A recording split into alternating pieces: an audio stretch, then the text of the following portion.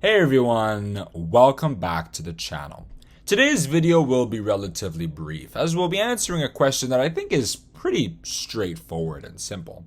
And that question is, why did God use the phrase, "let us," in Genesis chapter 1, verse 26?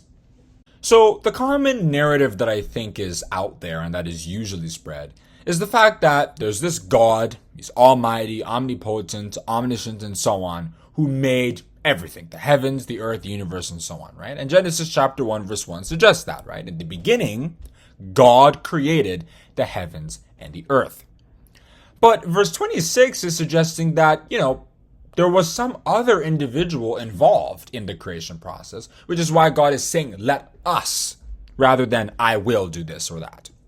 And the answer to this is provided in the New Testament, because Paul the Apostle, in multiple places, had discussed the fact that Jesus Christ, God's only begotten Son, according to John chapter 3, verse 16, was actually heavily involved in the creation process, particularly in Colossians chapter 1, verses 15 to 17, where he kind of went into detail to explain this. When talking about Jesus Christ, he said, "Who is the image of the invisible God, the firstborn of every creature. For by him were all things created, that are in heaven and that are in earth, visible and invisible, whether they be thrones or dominions or principalities or powers.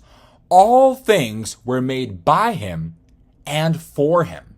And he is before all things, and by him all things consist." He also said more emphatically in Ephesians chapter 3, verse 9, that God made all things by Jesus Christ. Now, some of us might want to draw the conclusion that, well, if God made the world and Jesus made the world, then it means that God and Jesus are the same. But we've made several videos, including our video 15 proofs that Jesus is not God Almighty, that prove that conclusion is not biblically correct. So instead, we can reconcile it by saying that God Almighty, being the owner of the universe, the one with all the powers, delegated that task, if you will, of creation to Jesus Christ. And in case you don't believe me on this, recall that God also delegated the task of reforming the world to righteousness to his son, Jesus Christ, as well, if you read 1 Corinthians chapter 15, verses 24 to 28. So he was heavily involved, and the New Testament affirms that he was in fact the one who did it with the supervision and power of God Almighty.